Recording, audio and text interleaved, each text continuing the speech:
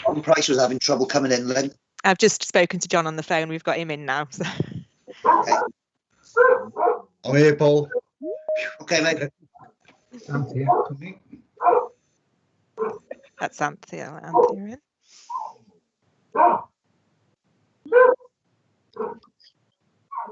It's not my dog. It's Not mine.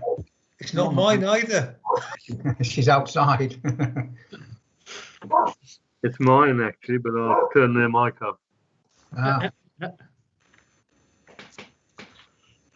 Okay, Chair. I think we have all the members, Chair, but I will do a roll call once you've read the script at the Okay. beginning. do you want me to make a start then?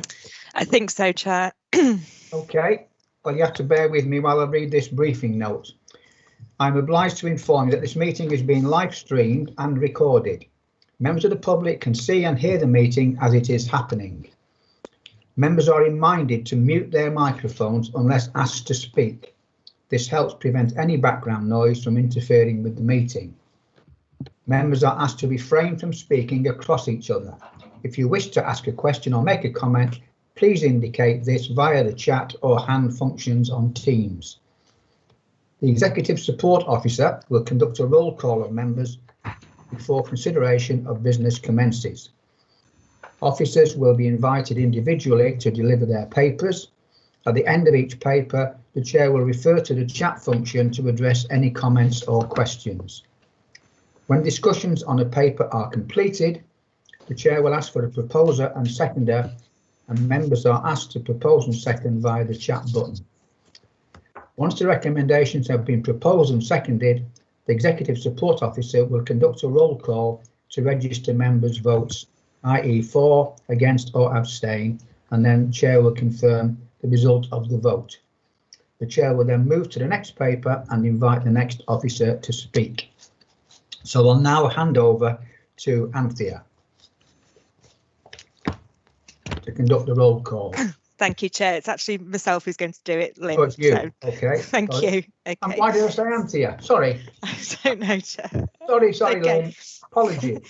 So if members could just indicate that they're present when I call the name. Peter Adams. Present. Karen Blundell. Present. Councillor Carter's here. Pauline D. Present. Councillor Hartin. Present. James Lavery. Present. Chris Mellings. Present. Paul Milner. Present. David Minery. Present. Kevin Pardy. Present. John Price. Present. Keith Roberts. Present. Culdip Sahota. Present. John Thompson. Present. And Paul Wynne. Present. Thank you, Chair. We've got full attendance from members today. Okay. Well, could I then officially also welcome one of our newly appointed Acting Chief Fire Officers, which is Daniel Quinn. Very, very welcome to the meeting. He will be joining the service in that role in the new year.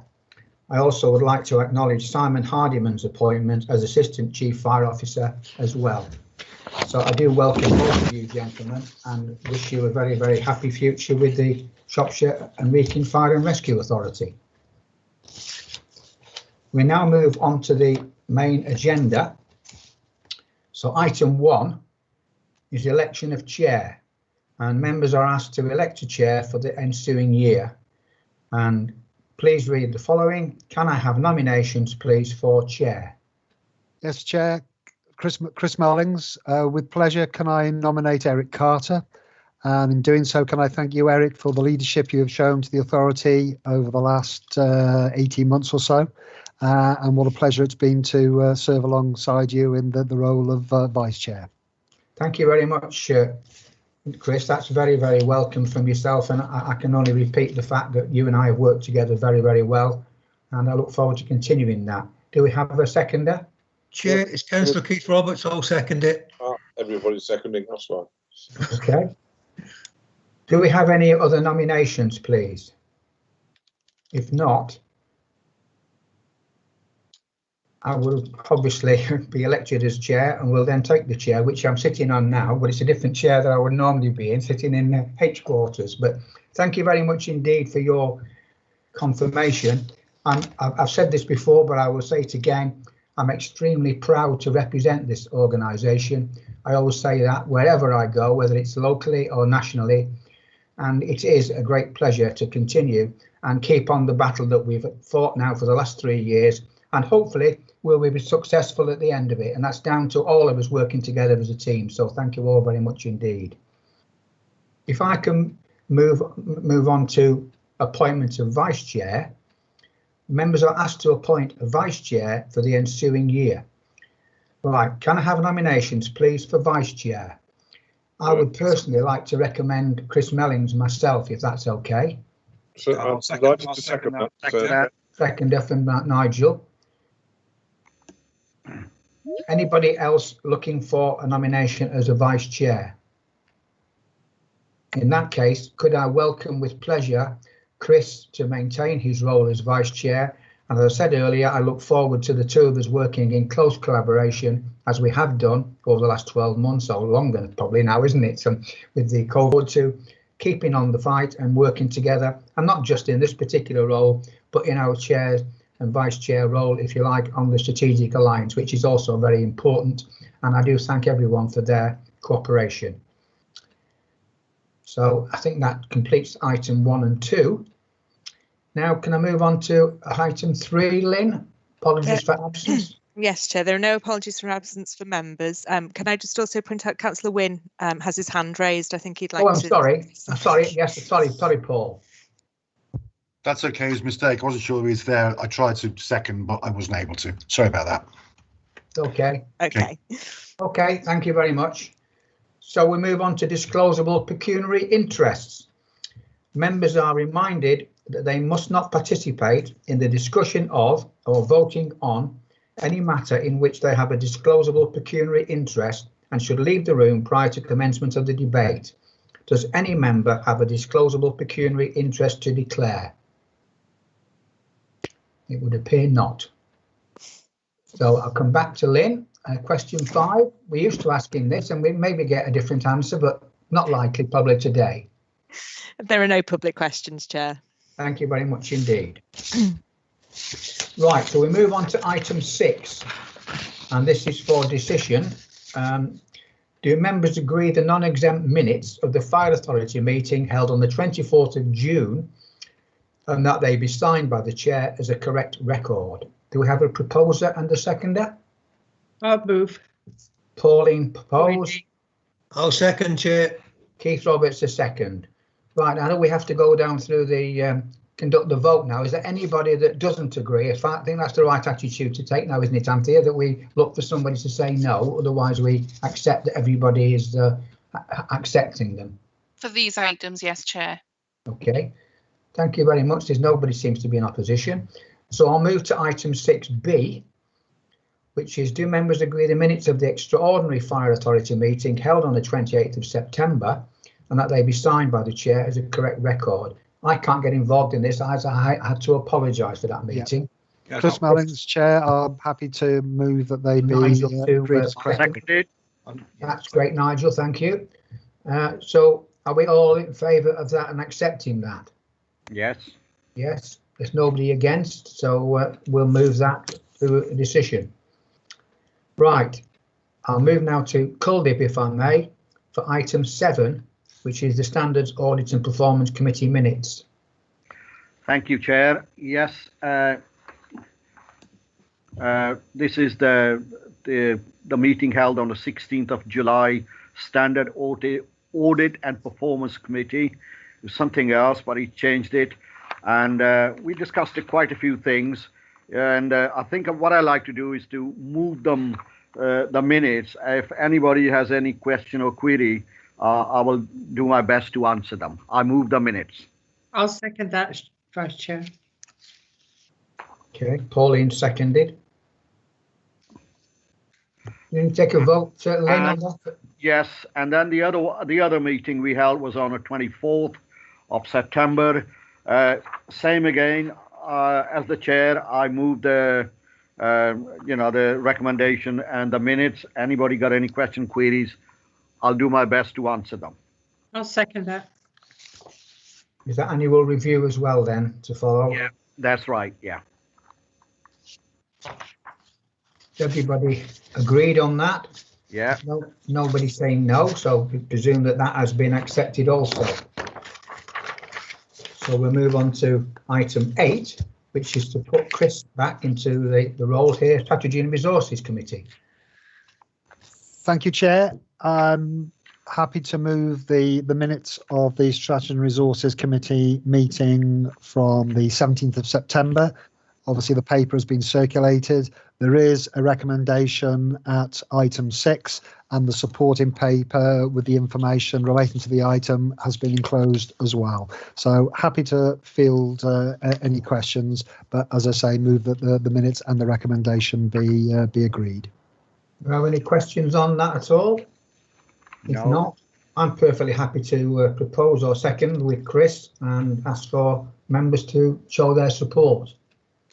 Chair, because there's a slightly more detailed recommendation for this item, could we invite Lynn to do a roll call Yes, vote, by all please? means. By all means, yeah. Thank you, Chair. Thank you, Chair. Thank you, Anthea. So I'll just run through the list of names if you could say whether you're for or against or abstain. So Yeah. Councillor Adams. Councillor Adams. Oh, okay. Sorry, Councillor- sorry. When I pressed unmute, it went somewhere else. 4. Thank you. Councillor Blundell. For. Thank you. Councillor Carter, you proposed. Yeah. For. Councillor D. For. Councillor Hartin. For. Councillor Lavery. For. Councillor Mellings. For. Oh. Councillor Milner. For. Thank you. Councillor Minery. For. Councillor Pardy. For. Councillor Price. For. Councillor Roberts. For. Councillor Sahota. For. Councillor Thompson. For. And Councillor Wynne. For. Thank you, Chair. That's all agreed. Thank you very much. Right, we'll move on to item 9, and Anthea will be presenting this report now. Anthea. Thank you, Chair. There are 2 items that I'll be presenting. Item 9A is in relation to the allocation of seats based upon the political balance of the authority. Legislation requires that the seats on committees are allocated in accordance with the political balance of the authority, both in terms of in aggregate across all committees, and also each committee should, where possible, be politically balanced. There is no change this year to the political balance. The appendix to the report sets out the overall political balance of the authority and then the proposed allocation of seats to each committee. Chair, I don't propose to say much more unless there are any questions, and the recommendation to members in relation to item 9A is to decide upon the committee composition and allocation of seats as proposed in the appendix. So, Chair, if you would like to take a vote on that item, and then I'll move on to item 9B. Okay, do we need to take a roll call again here, Anthea? Yes, on this one, Chair. Okay, Lynn. Thank you, Chair. Do we have a proposer and a seconder, please? I'll second David Benry here. Thank you. Move it, rather. Thank you. I'm happy to second. Is that Councillor Hartin? Yes, I'm seconded. Thank you. Okay. Thank you. So I'll just run through the names again. So Councillor Adams. For. Thank you. Councillor Blundell. For. Councillor Carter. For. Thank you. Councillor D. For. Okay. Councillor Hartin seconded. Councillor Lavery. For. Councillor Mellings. For. Councillor Milner. For. Thank you. Councillor Minery proposed. Councillor Pardy. For. Thank you. Councillor Price. For. Thank you. Councillor Roberts. For. Councillor Sahota. For. Councillor Thompson. For. And Councillor Wynne. For. Thank you. That's agreed, Chair. Right, we'll move on to 9B and hand back to Anthea for the membership appointments and constitution. Thank you, Chair. Members will be aware that the Fire Authority's standing orders require an annual review of the constitution and the composition of committees and subcommittees. Section 4 of the report sets out changes that have been made or recommended this year. There are a few. The key ones to note are a change to the quorum in relation to the Strategic Advisory Group to bring that in line with the rest of the authority's committees and panels. So that's been reduced by 1. The Brigade Managers Employment Panel, there are changes to ensure that the Chair, Vice Chair and Group Leaders are included in the constitution of the panel. The Pensions Panel is now subject to political balance. The Constitution and the terms of reference for all committees is set out in Appendix A to the report. Members have just voted on the allocation of seats on the committees, but are now asked to confirm the membership of each committee as set out in Appendix B to the report. Members might also recall that in 2014, a delegation was granted to the monitoring officer to approve changes in year to the committee membership in order that it wasn't necessary to come back to a fire authority meeting, and members are just asked to reaffirm that delegation. The authority is also annually asked to appoint a representative to the Local Government Association's Fire Services Commission. Historically, that has been the chair of the authority, and members are asked to consider if that arrangement should continue, and if so, to confirm the appointment of chair to that role. And then finally, members, there are 2 member champions that are ordinarily appointed. One is for equality and diversity, and currently that's Councillor Pardee. And the second is a member champion for risk management and audit, and that is currently Councillor Sahota. Again, members are asked to appoint to those roles for this year. Chair, unless there are any questions, that's all I intended to say. And again, a roll call vote for this item would be appreciated. I don't see any. Oh, sorry, Nigel's put his hand up. Nigel? Yes, thank you, Chair. Yes, I'd like to, in moving the recommendations, I'd like to add that the Liberal Democrat and the Independent Group propose no changes to the seats allocation, so that will carry on as is. And in relation to recommendations, I think it's important in terms of recommendation D that yourself as chair continue to be our representative on the Local Government Association Fire Services Commission. So I will like you to continue on if you're willing. And I think it would be important also for continuity, if they're willing, for Councillor Pardee to continue as our Equality and Diversity Member Champion, and Councillor Sahota as our Risk Management and Audit Member Champion. So which I'll formally propose those, assuming, of course, that you're all willing to do that. Okay, thank you very much. I personally am. I see Kuldip's put his hand to speak as well. So Kuldip? Actually, I ditto. I agree, you know, what Nigel just said. I don't want to go over it again. We just carry on with the status quo. Okay, I think that's very sensible. We've got a good team together, so I do appreciate that. And I'm perfectly happy to continue on the LGA Commission, Nigel. Thank you. So do we do a roll call again now, Anthea? Chair, Councillor Thompson's indicating. Oh, sorry, I missed that. I will second. Sorry, I've just seen it now. Come on, yeah. John? Yeah, can I second Councillor Arton and Sahota for the proposal as well? Okay, fine. Thanks, John. There's nobody else indicating. Do we need to go roll call, Anthea? Yes, please, Chair. Okay, Lynn? Thank you, Chair. Councillor Adams. Peter? You Councillor support, Adams? Peter? 4. Sorry, Thank you. I've got trouble with this as well. It's okay.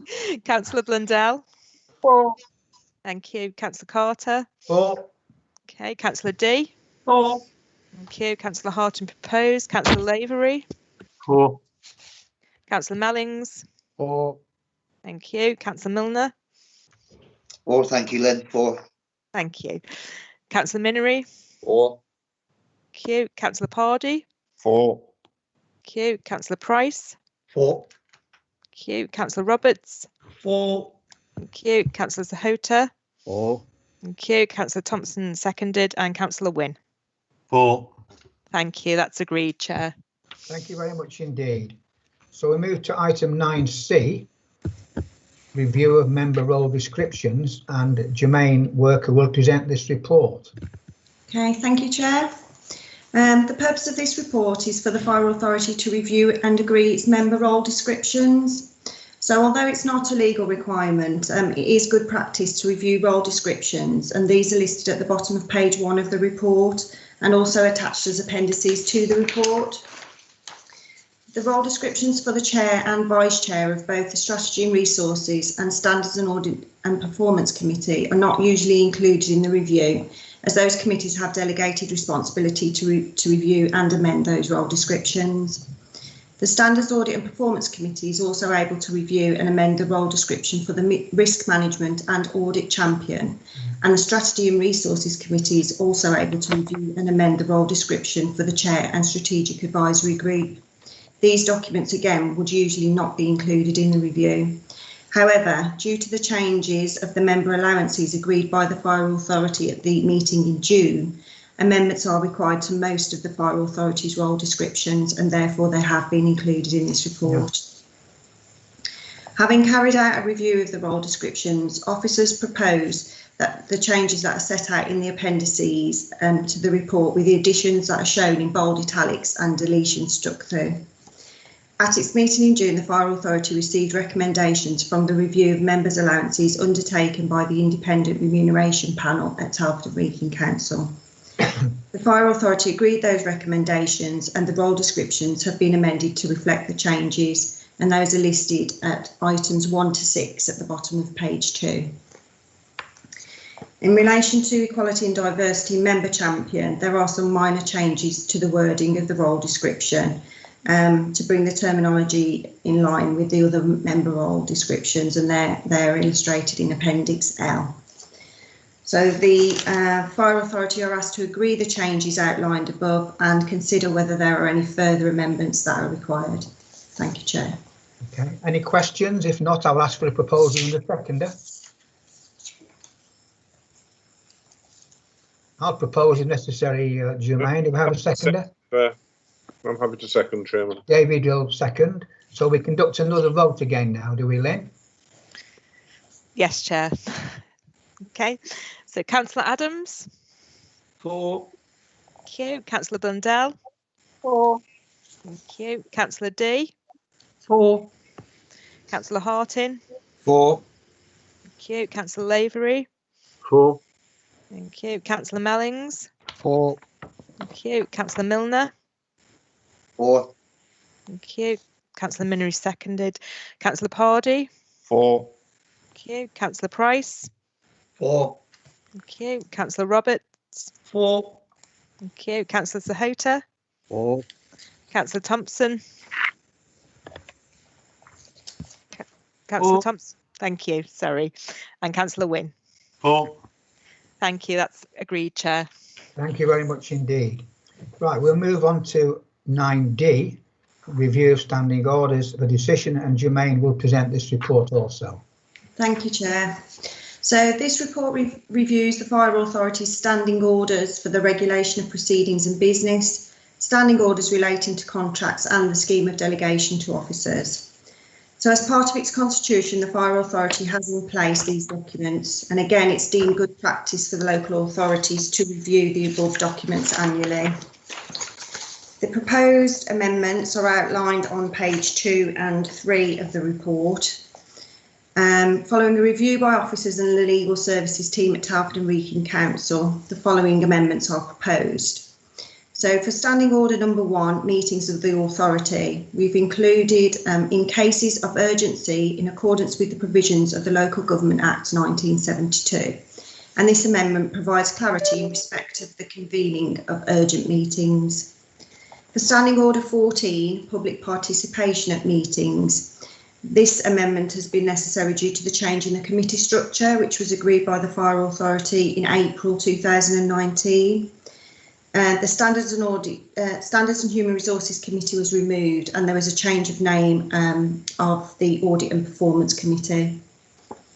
We've also added in point 2, so if items to be discussed are of a confidential nature or are classified as exempt, namely they relate to the financial or business affairs of the authority, then the public and press can be excluded for this part of the meeting, if it is the case that the public interest in maintaining the exemption outweighs the public interest in disclosing the information.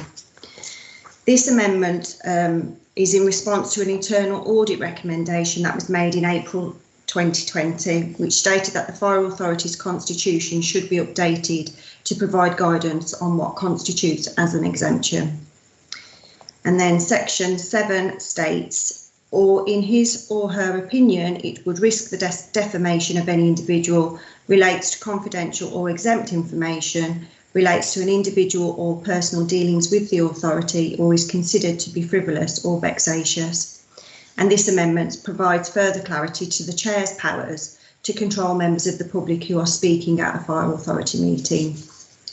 Moving down page 3 of the report, the section relating to the scheme of delegation of officers, you'll see that we've removed the Deputy Chief Fire Officer role to reflect the changes in the executive structure, and they've been struck through.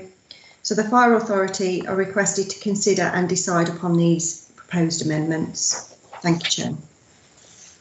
Thank you very much indeed. I think we now have to propose and a seconder on that, if I may. Yeah, Chair, yes, we discussed it all, and we've gone over it and over, and then I like to move them.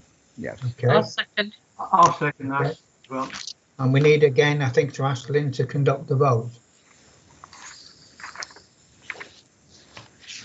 Thank you, Chair. I've just noticed Councillor Harton has his hand up.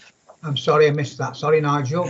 I just wondered whether I just needed to make one minor change in relation to the scheme of delegation to officers at the bottom of page 3, in relation we refer to the Assistant Chief Fire Officer, and our structure now consists of 2 Assistant Chief Fire Officers. So should we add an S to that so that we've got a 2 now, haven't we? Sorry, Nigel, can you repeat that, please? Yes, in relation to the scheme of delegations to officers at the bottom of page 3, where it says we're striking out Deputy Chief Fire Officer and inserting Assistant Chief Fire Officer. Given that our executive structure now consists of 2 Assistant Chief Fire Officers, should that be Assistant Chief Fire Officers rather than officer? Yes. Okay. Well made. Good point. Thank you very much. Yeah. Okay then. Chair, just before the vote commences, this might seem a little pedantic, but if the mover and seconder could just confirm that they're happy to support that proposal before it moves to the vote. Yes, I'm happy to note that it should be Deputy Fire Chief Officers, not officers, and I'll move that. Yeah.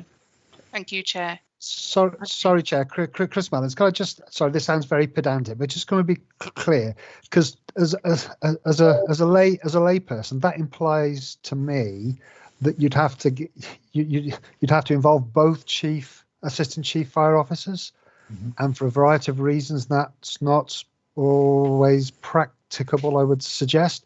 So the fact that it refers to a post. So if one of the Assistant Chief Officer isn't on duty, then it falls to one, so that would work. So, as I say, I know it's sort of playing around with words, but I just wonder whether by putting the plural in, that potentially causes some difficulty.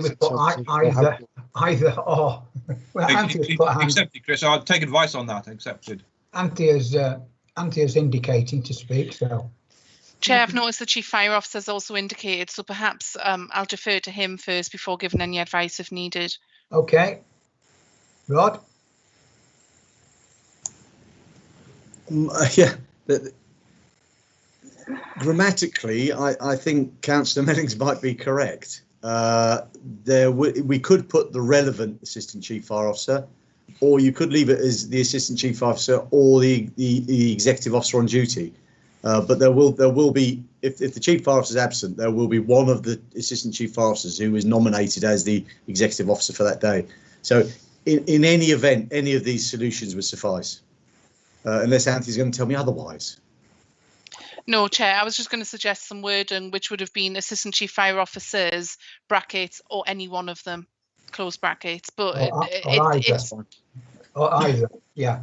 You could just put relevant, the relevant Assistant Chief. Relevant, yes. Yeah. Good point, Chris. Thanks for that. Are we happy to go with that amendment then? And okay. Another proposal and seconder are both happy to propose it. Relevant then. Okay. We'll now conduct the vote then, Lynn. Thank you, Chair. Councillor Adams. I've just getting my Oxford Dictionary out, but in the meantime, I'll vote for. Thank Answers you. on the postcard. That's a 4, I think. Councillor Blundell. 4. Thank you. Councillor Carter. 4. Thank you. Councillor D seconded. Councillor Hartin. 4. Thank you. Councillor Lavery. 4. Thank you. Councillor Mellings. 4. Thank you. Councillor Milner. 4. Thank you. Councillor Minery. 4. Thank you. Councillor Pardy. 4. Thank you. Councillor Price. 4. Thank you. Councillor Roberts. 4. Okay. Councillor Sahota proposed. Councillor Thompson. 4. And Councillor Wynne. 4. Thank you, Chair. That's agreed. Thank you very much indeed. Right, we move to you, Lynn, now on 9E, which is the meeting schedule for 2021. Thank you, Chair. The draft meeting schedule for 2021 is set out in paper 9E. This is a draft meeting schedule, so if there are any clashes where we need to move meetings, we have the ability to do that throughout the year. Okay. I would also just draw members' attention to the note at the bottom. We will continue to hold our meetings via Microsoft Teams until the COVID-19 restrictions allow us to resume face-to-face meetings or blended meetings or however we move forward. But for the time being, they will remain as a Microsoft Teams meeting. Fully understood. Any questions on that? Otherwise, I'm perfectly happy to propose that and ask for a seconder. Yes, Mr. Chairman, just one date there. It's Standards and Audit Committee on April the 29th. Now, the elections are either that week or early the following week. Just a question, do you think any member will turn up for that meeting? Yeah, actually, I was thinking about that. With doing something along those lines there. Just wondering if you may want to pull that forward or push it back slightly. Thank you, Councillor. Sorry, Chair, if I may. That's absolutely fine. We can revisit that date and move it to some. That's a good point. Thanks for that, Pete. Very observant. Very observant. Yeah, we can amend that, Lynn, but are we happy with the rest of the agenda? Can we have a seconder? I'll second it, Chair. Hold it. Pete Roberts. Okay. Okay, we'll go back to Lynn now and do another vote. Thank you, Chair. Chair, just before Lynn commences, I don't think you need a roll call. I don't think you need a roll call vote for this item, Chair, unless anybody's got any dissent. Nobody against. Okay, we'll take that as read, Anthea. Thank you very much. Right, we'll move on to item 10. Which is back to Jermaine, which is whole-time recruitment campaign for information. Jermaine? Okay, thank you, Chair. So this report provides an update to members on the recent decisions that have been agreed by the senior management team about the up-and-coming whole-time recruitment campaign. So the service has projected that we'll probably require between 7 and 14 firefighters during 2021. And these numbers will be dependent on retirements and whether vacancies are filled either externally or internally. Previously, the service has utilised the Fire Service College to manage the process for us. However, they've since lost the rights to the system. So we've had to look at a number of alternative options. And these options are outlined on page 2 and 3 of the report for you. Our recommended and preferred option was to utilise an alternative external provider, namely the HR Solutions Hub, which is a tried, tested and evaluated system that's been used by a number of other fire services. It's an online service for the entire service, so that's from candidate registration right the way through to the online testing.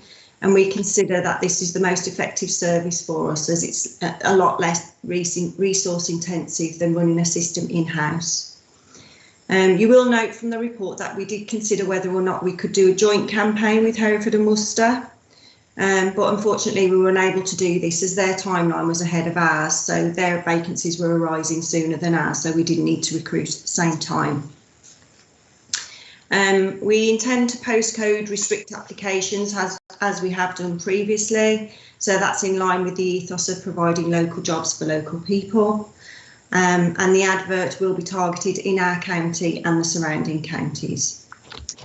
In addition to this information, the report outlines the work that's been undertaken with boot camps, and these have been targeted at our underrepresented groups because based on previous statistics, we're aware that we tend to lose some of our underrepresented groups, namely female and BAME candidates at the job-related test stages due to things like cardiovascular fitness and upper body strength. So this should support them with that. So our campaign is scheduled to be released early November, but as yet we haven't confirmed the exact date. There's a lot of work going on in the background in relation to social media, and we should be ready to release that on the run up to this. So in the very near future, you should start seeing some stuff going out on social media. So the authority are asked to note the report. I'm happy to take any questions. They are asked to note the use of the HR solutions to manage the system, the use of the postcode restricting, and the funding that we've put forward for boot camps for our underrepresented groups. So if anybody's got any questions, I'm happy to take them. Any questions, colleagues? Thank you very much for the report, Jermaine. Very thorough. Thank you for the hard work. Any questions? Peter? Yes, just a quick one. Whenever I watch my films on television, a boot camp is usually American, and it consists of an extremely large non-commissioned officer shouting at people. What is the fire brigade's version of a boot camp? Okay, so we are running some sessions at, have you heard of Love to Live, which is up at Salop Leisure? No. We're running, I think it's a 10-week programme there for our underrepresented groups, and it really is a fitness programme. So our associate trainers, our internal associate trainers are running that programme for us. And yeah, the feedback so far has been very good. Are you okay with that answer, Peter? Well, it's just a question. When they go, they get a series of skills that are developed, are they? Yes, they're doing a series of different fitness skills. Yeah. No, it's just a question. I really don't know what a boot camp consists of. So. Okay, Kevin's indicated. Kevin. Hi. Thank you very much, Chair. It says of 23 female and 2 BAME candidates, 1 BAME and 2 female applicants were successful. Are they the only ones that met the qualifications, or were there others that met the qualifications but were not successful? Sorry, let me just refer to that section of the report. 6 boot camps, yeah? Yeah. Oh, that was last year's boot camp rather than the one that we're doing at this time. Yeah. Because obviously we haven't started running the campaign at this stage. Those candidates were in the last programme, and before they got to that stage last year, they'd already been through all the application and online testing programme. So those were the candidates that were left in the pool.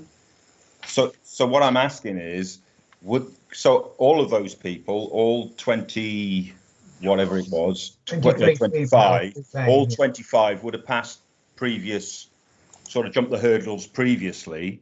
Yes. So out of the 25, 2 females and 1 BAME managed to get jobs, or no, they didn't get jobs. They just got onto the boot camp.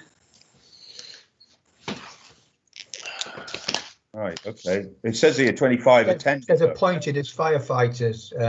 Could I come in, Chair? Could I come in, Chair, please? Of course. Thank you, Chair. No, I think the confusion is that was last year's boot camp. So the fire boot camp ran last year. Of all of the attendees, we had a large number who were successfully achieved the physical standards of the assessment. Of that group, those 3 that Councillor Pardee are referring to successfully got through to the application stage. But what we haven't had in the past is any of those underrepresented groups actually successfully passing the physical stages. So what we saw from the boot camp, that we were able to progress minority groups through to the physical stages where in the past they'd not been successful. So that's what I achieved. Yeah, and that's what I was asking. How efficient was it? Thanks for that corroboration, Dave. Appreciate that. Okay, well, we'll come back now, if we may, Do we have a proposer and a seconder that we accept this this report and the recommendations? I propose. Pauline D.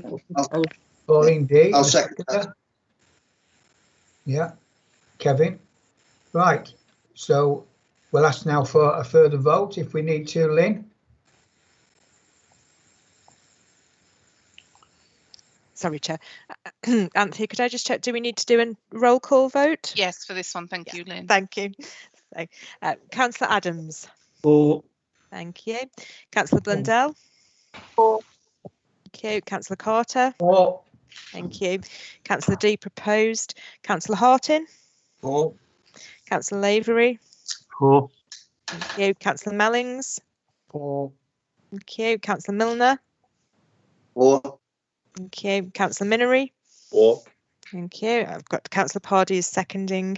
Councillor Price. For. Thank you. Councillor Roberts. For. Thank you. Councillor Sahota. For. Thank you. Councillor Thompson. For. Thank you. And Councillor Wynne. For. Okay, thank you, members. That's agreed, Chair. Thank All you in very favour. much indeed. Right, we'll move to item 11. It says Guy Williams will present the report. Is Guy there? Yes, good afternoon, Chair. Good afternoon, members. Thank you very much, Guy. It's the Fire Alliance update. Right, thank you, Chair. I'm happy to progress. I'm asking the authority to note the report. Progress has been challenged by the need to essentially redeploy resources to cover the pandemic through the summer months, which has obviously limited the progress we could make. Fire control was initially deferred. However, at the September board meeting, it was decided a methodology for assessing the progress of the project and how to take it further forward. Procurement, there's been, as you'd imagine, a huge emphasis on PPE and the acquisition of PPE to support our work through the pandemic. And as such, that has been the primary focus. And again, resources have been deployed towards that end. The ICT has seen a ICT strategy that has been approved, and also the change manager Mark Jarvis is making progress against the key work streams within that, working towards help desk, a wide area network, and also an analysis of both organisations' software. And finally, the IRMP, as you'll probably all be aware, has progressed on time with the timetable, has just finished its draft consultation process, which involved in Shropshire a lot of engagement, including the parish councils. And the report will be coming to Fire Authority in December from ORS, an independent review of the actual consultation. In addition to the four main projects there, we also are in the process of developing a communications strategy to support the Alliance, and this will follow a very similar template to the RMP one. However, again, this has been disrupted and challenged by the need really to prioritise communicational resources for internal and external comms regarding the pandemic again. We've also carried out a review of the people review carried out by the HMI, Her Majesty's Inspectorate, which looked at the success and learning of police-to-police collaboration. I've included it as an appendices. It's a report that we attached to our SMT. And really, just wanted to highlight three key areas from that. And that was the key of having clarity of purpose for alliance and collaboration, systems for measuring or measurement of progress and a regular measurement of progress. And also a really important one is the improvement or the focus of improving public outcomes. And a major challenge in some of the police-to-police collaborations was often a fixation on financial savings. And the HMI really did sort of labour the point that improving public outcomes should be actually the key of what we're trying to achieve through collaborative and alliance working. So again, those are the key parts of that, and that is my report. I'm happy to answer any questions, Chair. Thank you very much for that. I will open it to question. It is important because we are now undertaking our second review from HMI CFRS. In fact, I've got a meeting with the officer next week and we will be entering into these discussions. Very important from the Alliance perspective that we do try and target in the future these deficiencies, if you like, because a lot of them have been created by the COVID situation, which has delayed us immensely, as you pointed out. And that's going to be continuing for some months to come. So we have to move forward, and we have got a meeting, not quite in the schedule yet, but it's going to be either the 7th or the 10th of December for the next meeting of the Alliance, and this will obviously form part of that. But I will open it up. Culdip wants to make a comment, I see. Culdip? Thank you, Chair. Guy, I fully back this Alliance, and what I was looking for really is, our collaboration with the ITC, procurement, and so on. Is there any way we can quantify a financial savings, over not exactly right now, but will they be able to say this Alliance has saved us over a year or two, $500,000, million, or whatever it is? Will there ever be, a system like that to quantify what we have financially saved? You mentioned that, and that's what prompted me to ask you that question, Guy. Go on. Yeah, thank you, Councillor. Would you like me just to defer to Chief Officer Hamilton has just sort of interjected first, and I can follow up his query? Yeah. Rod?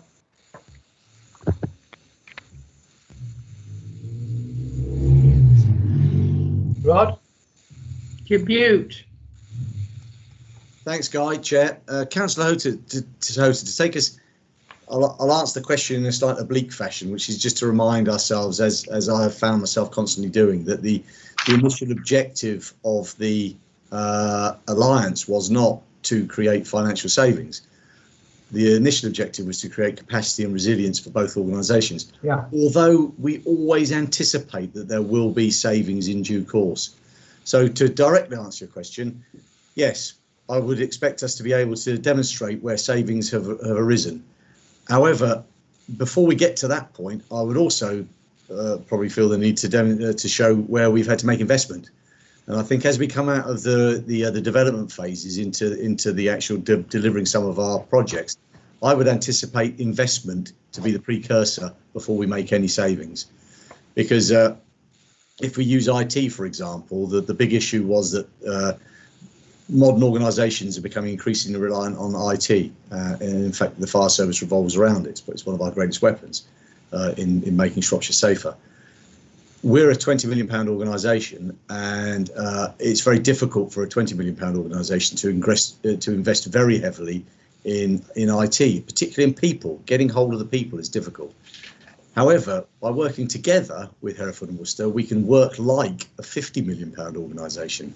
So if we can bring enough of our organisations working in parallel, then we can have two groups of people who are able to work as one. Therefore, we now have a sort of an IT department, 35, 40 people strong, as opposed to 15 or 20 people strong, which can support the two organisations. So I'd anticipate as we move forward, there'll be an element of investment before we get to the point of reaping the financial dividend. But of course, while that investment is being made, then we'll be creating the capacity and resilience. But that's what our eye will be set on. So long answer, short answer is yes, I would anticipate there to be savings. Long answer, that's not the immediate aim of the Alliance. Thank you, Chief. Thanks for that, Rod. I've got two indications. I've got Chris Mellings. Did you want to speak, Chris? Thanks, Chair. The Chief's made the point that I was going to make. Well, I've got Tracy then. Sorry, just quickly just add to it that obviously this is something the board, which you and I sit on with our counterparts from Hereford and Worcester, are going to need to ensure that we keep an eye on. And to reinforce what the Chief has said is that initially this is about capacity and resilience. Very much Hopefully then other things will flow. Yeah. So I think if we just got into a sort of a simple opportunity for saving money, then I think as experience has shown that we're almost on a hiding to nothing. So we've got to do both, but I think that the work that we're doing initially around capacity and resilience, that is the more important aspect of it, that will then lead to some of these other things. It's, and it's about non-cashable efficiencies as well, really. So, but I think it's fair to say as well, we have made some initial savings. We've made some through the procurement route. So it's not without its benefits to date, but we need to make sure that we continue to focus on capacity and resilience. So if we keep remembering that, that's what we need to sort of drive the programme forward on the basis of, and hopefully, our counterparts in Hereford and Worcester are on the same page as we are. Thanks for that, Chris. Tracy, you wanted to come in. Oh, thanks, Chair. And can I apologise for not having my video on, but it just zaps my phone battery when it's a long meeting. So apologies for that. Anyway. It was actually on page 7, section 7, where it was talking about the HMIC FRS inviting all PCCs to be interviewed around collaborations. And as members can see there, that only 5 chose to give their insights, and John was one of them. And he was very specific around the issues in how the alliance was originally set up, and particularly if things don't work out, how you get out of it, what the termination clauses are. So possibly one for the Fire Alliance to consider as well. Thank you. We take note of that, Tracy, and I don't think that will be happening in the short term. Certainly, we have got very, very many things we're debating, and we want to move on at our next meeting, which, as I say, will be in early December. Do we have any more questions from colleagues about this? Rod? Thanks, Chair. I just want to thank Tracy for her comment. They're wise words, and we have watched the Police Alliance carefully. And one of the things we've learned is that, with people and time, things change. And so anything we go into through the Fire Alliance will be carefully and legally constructed to allow a reasonable exit plan without all the challenges that West Mercia Police have faced. Excellent. Thanks, Rod. Good point made, Rod. Thank you very much for that. Can I then ask for a proposer and a seconder? I'm happy to propose. Nigel, sorry, your hand's just come in. Yes, I'm happy to second, Chair. OK, I'll propose and Nigel second. Do we have a vote now to take? Lynn? Sorry, could I just take some advice from Anthea? Sorry, do we need to do a roll call?